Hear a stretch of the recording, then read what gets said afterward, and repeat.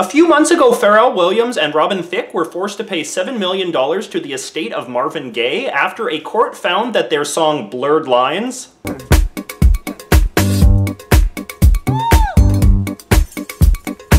was just a rip-off of the 1977 Marvin Gaye song Gotta Give It Up.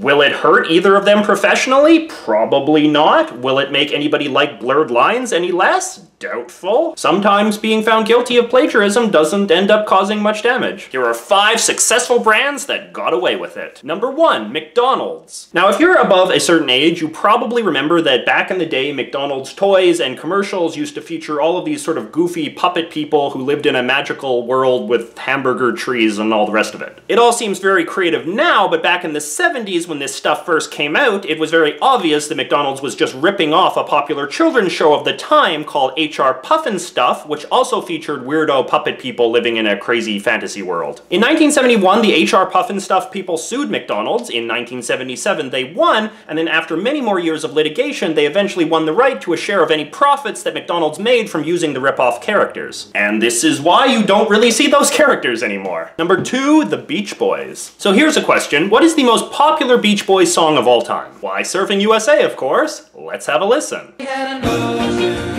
Across the USA, then everybody be surfing. Okay. But now listen to this song by Chuck Berry entitled Sweet Little 16. And Pittsburgh, PA, deep in the heart of Texas. Yeah, you see?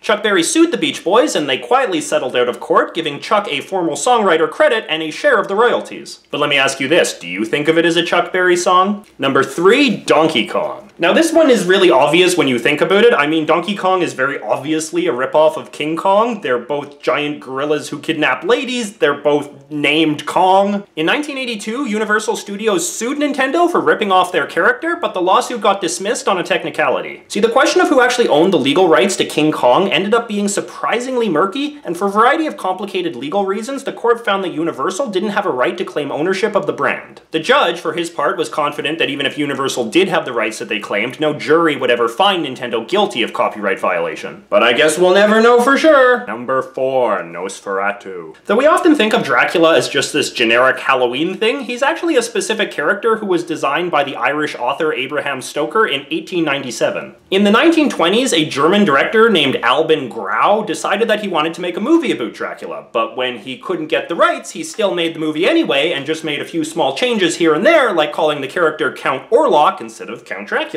Well, Grau didn't fool anyone, and the Bram Stoker estate immediately sued him and won. But even though the judge ordered all copies of the movie destroyed, they weren't, and the film went on to be one of the most famous horror movies of all time. And now people probably think of Nosferatu as this whole other interesting vampire character instead of just the early 20th century version of one of those cheap knockoff DVDs you find in the bargain bin at Walmart. Number 5, Vanilla Ice. Now, in the late 1980s, one of the hottest acts around was Vanilla Ice, America's 3rd favorite ice-themed rapper after Cube and T. His biggest hit single was called Ice Ice Baby, and it went like this. Ice, ice, baby.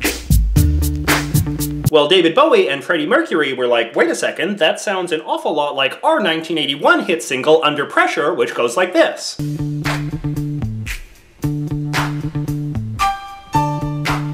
Freddie and David sued Vanilla Ice, but they ultimately settled out of court for some giant cash sum that has never been revealed. And Vanilla says that he retained the rights to the song itself in the end. So be sure to remember what a gigantic fraud Vanilla Ice is the next time you see him on television. Arrested for burglary, really?